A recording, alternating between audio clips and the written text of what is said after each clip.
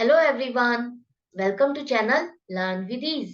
आज हम करेंगे कैश बुक पार्ट 5, जहां पर हम प्रैक्टिकल प्रॉब्लम क्वेश्चन नंबर 5 को सॉल्व करेंगे। यह question chapter number 11 DK Goyal की बुक से लिया गया है। तो शुरू करते हैं आज का लेसन, जहां पर messrs Suchitra Sen and company की ट्रांजैक्शंस आपको दी गई है, जिसे आपको सिंगल कॉलम कैश बुक में लिखना है। सिंगल कॉलम मतलब एक ही कॉलम होगा उस कैश बुक में, जहां पर सिर्फ आपको कैश की ट्रांजैक्शंस को ही पोस्ट करना है, चाहे वो पेमेंट है चाहे रिसीट्स है। लेफ्ट हैंड साइड मतलब आपका डेबिट साइड है, और वो है रिसीट साइड, जहां पर आप सिर्फ अपनी कैश की रिसीट्स को पोस्ट करते हो। राइट हैंड साइड है आपका क्रेडिट साइड, जहां पर आप कैश की पेमेंट्स को पोस्ट करोगे। तो फर्स्ट ट्रांजैक्शन आपकी 1 मार्च की, कैश इन हैंड 1,20,000। इसका मतलब है कि स्टार्टिंग ऑफ द मंथ में आपके पास 1,20,000 रुपए का कैश बैलेंस स्टैंड कर रहा है। तो यहाँ आप कहाँ शो करोगे अगर आपके पास कैश का बैलेंस है? रिसीट साइड या पेमेंट साइड? Receipt side. क्यों? क्योंकि ये तो एक बैलेंस है आपके पास, कैश है, तो वो एक तरह से रिसीट है आपके पास, और आप मार्च 1 को उसको ब्रॉड फॉरवर्ड कर रहे हो। तो यहाँ पर आप लिखोगे to balance BD. Opening balance के लिए हमेशा यही लिखा जाएगा, और 1,20,000 आप यहाँ पर अमाउंट लिखोगे। नेक्स्ट ट्रांजेक्शन है bought machinery for rupees 60,000 and paid carriage 2,000। अब आपने यहाँ पर एक मशीनरी खरीदी है 60,000 की, और उसका कार्टेज भी पे किया है अपने बिजनेस में, बिल्डिंग में लाने के लिए 2,000 रुपए। तो यहाँ पर आपने मशीनरी खरीदी है, मतलब आपने खर्चा किया है, पेमेंट की है। कैसे पता पेमेंट हो गई है? क्यों? क्योंकि यहाँ पर अगर क्रेडिट में आपने परचेज किया होता तो पार्टी का नाम होता, जिसको हम क्रेडिट पे लिख सकते, लेकिन यहाँ किसी पार्टी का नाम नहीं है। इसका मतलब आपने जो खरीदी है मशीनरी, उसकी पेमेंट कर दी है, और वो भी कैश में की है। तो इसकी जर्नल एंट्री आप क्या बनाओगे? Machinery account debit to cash. कितनी अमाउंट से?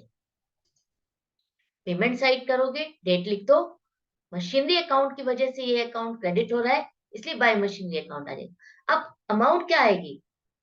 अमाउंट आएगी आपकी 62,000, क्योंकि जब भी हम कोई नई एसेट खरीदते हैं उससे रिलेटेड सारा खर्चा, उसको वर्किंग कंडीशन तक लाने के लिए हम उस एसेट में ही ऐड करते हैं। तो ये जो कार्टेज है वो भी आपका मशीनरी अकाउंट में ही पोस्ट होगा, ऐड होगा। तो इसलिए हमने बाय मशीनरी अकाउंट को ही किया है पर्टिकुलर्स में, और 62,000 हमने अमाउंट में लिखा है। नेक्स्ट ट्रांजेक्शन है bought goods for rupees 25,000 and paid cartage 1,000। अब आपने कुछ सामान खरीदा है, स्टॉक खरीदा है, जिसमें आपका बिजनेस डील करता है 25,000 का, और उसके आपने कार्टेज पे की है अपने गोडाउन में लाने तक क्या 1,000 रुपए। तो आपने यहाँ पर भी सामान खरीदा है, पेमेंट कर दी है, क्योंकि यहाँ पर किसी पार्टी का नाम नहीं है। इसका मतलब आपने कैश में पेमेंट की है। तो पेमेंट कर रहे हो मतलब क्रेडिट साइड करोगे। किसकी वजह से? जर्नल एंट्री क्या बनेगी?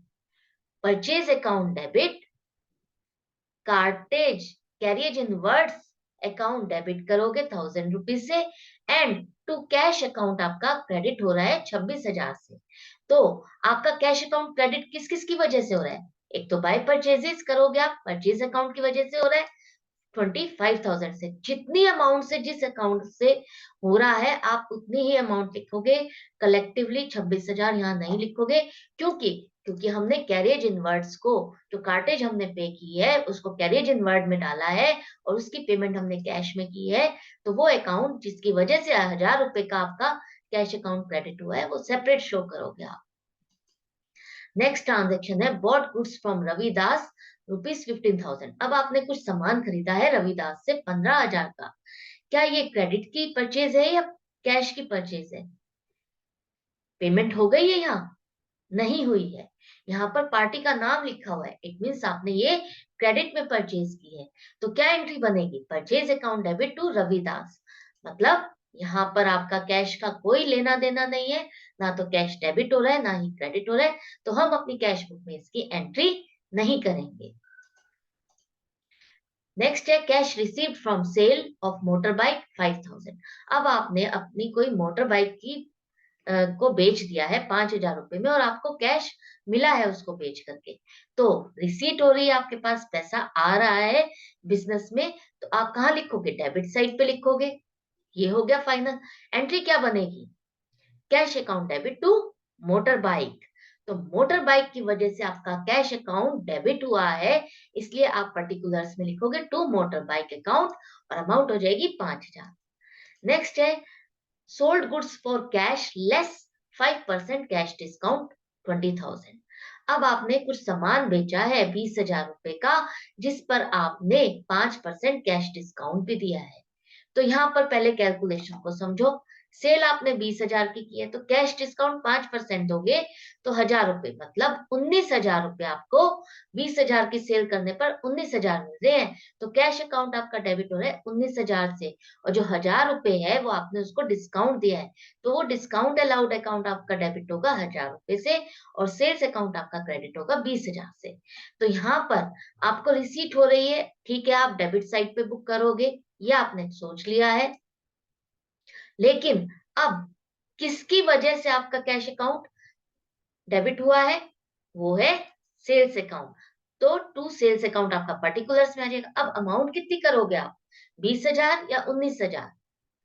19,000, क्योंकि आपके पास जो कैश आ रहा है वो सिर्फ 19,000 है। जो 1,000 रुपए है वो तो डिस्काउंट अलाउड है, जिसकी एंट्री आप अपनी जर्नल बुक में करोगे, या ट्रिपल कॉलम कैश बुक बनाते तो हम वहां पर एंट्री करते अपने डिस्काउंट वाले कॉलम में। लेकिन ये सिंगल कॉलम है, तो यहाँ पर हम सिर्फ अपना जो कैश हमें आ रहा है सिर्फ उतना ही एंटर करेंगे। नेक्स्ट है सोल्ड गुड्स 40,000। अब आपने कुछ सामान बेचा है 40,000 का। ये सामान जो बेचा है आपने, क्या कैश की सेल से या क्रेडिट की सेल से? यस, ये कैश की सेल से। क्यों? क्योंकि यहाँ पर पार्टी का नाम नहीं लिखा है। इसका मतलब हम यही लेके चलेंगे कि हमें इसकी पेमेंट आ गई है। तो पेमेंट आ रही है, रिसीट कर रहे हो आप, तो डेबिट साइड लिखोगे। एंट्री क्या बनेगी? Cash account debit to sales, मतलब कैश अकाउंट आपका डेबिट हो रहा है। डेबिट हो रहा है किसकी वजह से? सेल्स की वजह से। तो टू सेल्स अकाउंट आपका पर्टिकुलर्स में आएगा, एंड 40,000 आपका अमाउंट में आएगा। नेक्स्ट है paid to Ravidas on account 10,000। अब आपने रविदास से जो क्रेडिट में आपने परचेज की थी उसको आपने 10,000 रुपए की पेमेंट कर दी है। तो आप पेमेंट कर रहे हो, मतलब कैश बिजनेस से जा रहा है। कैश बुक का रूल आपको याद है ना? Debit what comes in, credit what goes out. तो यहाँ से बिजनेस, यहाँ पर बिजनेस से कैश जा रहा है, तो हम क्या करेंगे? क्रेडिट करेंगे किसको? कैश बुक में। एंट्री क्या बनेगी आपकी? रविदास अकाउंट डेबिट होगा टू कैश। तो कैश यहाँ पर क्रेडिट हो रहा है किसकी वजह से? रविदास की वजह से। तो आप बाय रविदास अकाउंट यहाँ पर पर्टिकुलर्स में लिखोगे, और 10,000 आप अमाउंट में लिखोगे। आई होप आपको समझ में आता जा रहा है। जितनी आप प्रैक्टिस करते जाएंगे आपका इतना एक्सपर्टाइज हो जाएगा कि आपको सोचने की नहीं जरूरत पड़ेगी। फ्रेंड्स, जब भी हम प्रैक्टिस करते हैं हम बहुत अच्छे से, जो बारीक पॉइंट्स भी आते हैं ना, स्मॉल डाउट्स भी होते हैं हमारे जो, वो सब क्लियर हो जाते हैं। तो इसलिए कहते हैं कि प्रैक्टिकल प्रॉब्लम्स को सॉल्व करना बहुत जरूरी है। एक कॉन्सेप्ट को समझने के साथ उसके प्रैक्टिकल प्रॉब्लम को करने से उसमें एक्सपर्टाइज आपकी और बढ़ती है। तो मेरे साथ प्रैक्टिस करते रहिए, डेली आप कंटिन्यू करते रहेंगे तो आपका कैश बुक का क्वेश्चन करेक्ट होगा ही होगा। रॉन्ग होने के चांसेस निल बटा निल है। तो नेक्स्ट ट्रांजैक्शन है bought goods from Suresh for cash less 4% cash discount. यहाँ पर आपने कुछ सामान खरीदा है सुरेश से, जिस पर आपको कैश डिस्काउंट मिल रहा है 4%। 30,000 का आपने सामान खरीदा है जिस पर आपको कैश डिस्काउंट मिला है, तो कैलकुलेशन करोगे तो 1,200 रुपए का आपको डिस्काउंट मिला। मतलब आपने 30,000 का जो सामान खरीदा उसके लिए आपने पेमेंट कितनी की है? 28,800। तो यहाँ पर जर्नल एंट्री क्या बन जाएगी? परचेज अकाउंट आपका डेबिट होगा 30,000, कैश अकाउंट आपका क्रेडिट होगा 28,800, क्योंकि आप इतना ही पे कर रहे हो, और डिस्काउंट आपको मिल रहा है, मतलब फायदा हुआ है वो है 1,200 रुपए, इसलिए वो अकाउंट आपका क्रेडिट होगा। अब आपने पेमेंट कर रहे हो, आप परचेज कर रहे हो, खर्चा कर रहे हो, तो आपकी क्या आ गई एंट्री? क्रेडिट साइड आएगी। क्रेडिट साइड आएगी, और किसकी वजह से हो रहा है आपका कैश अकाउंट क्रेडिट? परचेज की वजह से। तो बाय परचेजेस अकाउंट आपका पर्टिकुलर्स में आएगा। कितनी अमाउंट से? 28,800। क्यों? क्योंकि आपके बिजनेस से जो कैश जा रहा है वो सिर्फ और सिर्फ 28,800 जा रहा है, 30,000 नहीं। क्योंकि 1200 रुपए की जो डिस्काउंट की एंट्री है वो आप अपनी जर्नल बुक में करोगे, यहाँ उसको नहीं एंटर करोगे। आपको तो यहाँ पर सिर्फ कैश से रिलेटेड ही ट्रांजैक्शन को बुक करना है। नेक्स्ट है pay to Ravidas 4500 and discount receive. अब आपने रविदास को पेमेंट की है 4500 रुपए और उसने आपको 500 रुपए का डिस्काउंट भी दिया है। तो पेमेंट कर रहे हो, ठीक है, आप क्रेडिट साइड करोगे। कितनी कर रहे हो और क्या एंट्री बनेगी आपकी? जर्नल एंट्री बना के देखो आप। Ravidas account debit to cash account to discount received करोगे आप। तो किसकी वजह से कैश अकाउंट आपका क्रेडिट हुआ? रविदास की वजह से। तो रविदास का अकाउंट आप लिखोगे पर्टिकुलर्स में। और कितनी अमाउंट आप दे रहे हो? 5000 या 4500? 4500। आपने उसको 4500 रुपए ही कैश दिया है, तो उतना ही आप अपनी कैश बुक में लिखोगे, डिस्काउंट वाली अमाउंट नहीं लिखोगे। नेक्स्ट है कैश कलेक्टेड फ्रॉम अशोक, जो कि आपका एक डेटर है, उससे 10,000 रुपए। आपने अशोक से 10,000 रुपए लिए हैं, जो कि आपको उससे लेने थे। तो आपके पास पैसा आ रहा है, मतलब रिसीव कर रहे हो, तो डेबिट साइड हो जाएगी एंट्री। और एंट्री होगी तो क्या बनेगी आपकी? Cash account debit to Ashok. तो कैश अकाउंट आपका डेबिट हुआ किसकी वजह से? अशोक की वजह से। तो टू अशोक अकाउंट आपका पर्टिकुलर्स में आएगा और अमाउंट हो जाएगी 10,000। नेक्स्ट है purchased postal stamps 500।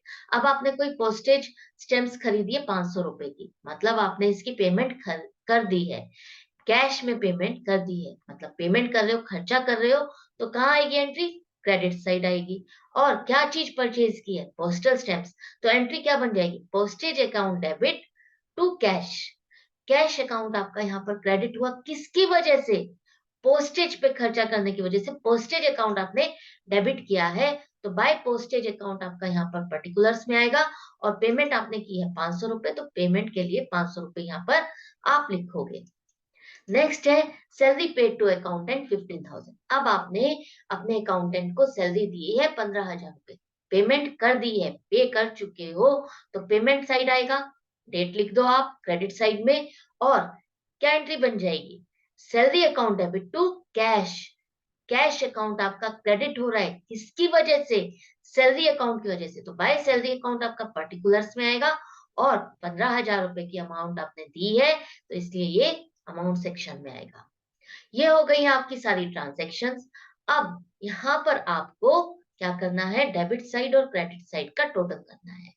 Cash book में हमेशा आपका डेबिट साइड का टोटल ज्यादा होगा और क्रेडिट साइड का कम। क्यों? क्योंकि जो आपके कैश बुक है वो कैश का बैलेंस शो करता है। जितना आपके पास कैश होगा उतना ही तो आप खर्चा कर पाओगे, उससे ज्यादा तो नहीं कर सकते ना। तो इसीलिए आपका डेबिट का बैलेंस ज्यादा होगा और क्रेडिट का बैलेंस कम होगा या इक्वल होगा दोनों का। मतलब आपने जितना जितना आपके पास कैश था आपने सारा खर्च कर दिया, तो नील हो जाएगा आपके पास, एंड में कुछ नहीं बचेगा या बैलेंस बचेगा। तो डेबिट साइड का आपका टोटल है 1,94,000, जिसमें से आप माइनस करोगे अपनी पेमेंट साइड, क्रेडिट साइड का टोटल 1,46,800। तो यहाँ पर माइनस करने के बाद जो अमाउंट आ रही है 47,200, वो बताती है कि अब ये महीने के एंड में सारा खर्चा करने के बाद अब आपके पास इतना कैश का बैलेंस है। तो यहाँ पर आपको डेबिट साइड का टोटल जो है 1,94,000 है और क्रेडिट साइड का टोटल कम है। तो इक्वल करने के लिए आप कहाँ लिखोगे? क्रेडिट साइड में लिखोगे। क्लोजिंग बैलेंस लिखना है आपको, जो बैलेंस बच गया है वो है बाई बैलेंस सीडी, और वो लिखोगे आप 47,200। यहाँ पर आप एंड में जो बैलेंस बच गया है उसको आप क्लोजिंग बैलेंस कहोगे, और वो क्लोजिंग बैलेंस आप किससे शो करोगे? बाय बैलेंस सीडी से। एंड में आप टोटल कर दोगे, डेबिट और क्रेडिट साइड दोनों का मैच करना चाहिए, इक्वल होना चाहिए। यहाँ पर आपका ये क्वेश्चन कंप्लीट हो गया है। आई होप आपको ये बहुत अच्छे से समझ में आ गया है, आपको वीडियो देखने में मजा भी आ रहा है और आप सीख भी रहे हो। तो चैनल को सब्सक्राइब कर दीजिए, नए हो तो लाइक करिए और शेयर कीजिए अपने फ्रेंड्स के साथ कि सीक्रेट आप कहाँ से अकाउंट्स में एक्सपर्ट होते जा रहे हैं। और बेल आइकन को प्रेस कर दीजिए ताकि आपको वीडियो डलते ही नोटिफिकेशन आ जाए। मिलती हूँ मैं आपसे नेक्स्ट वीडियो में। Till then goodbye and take care.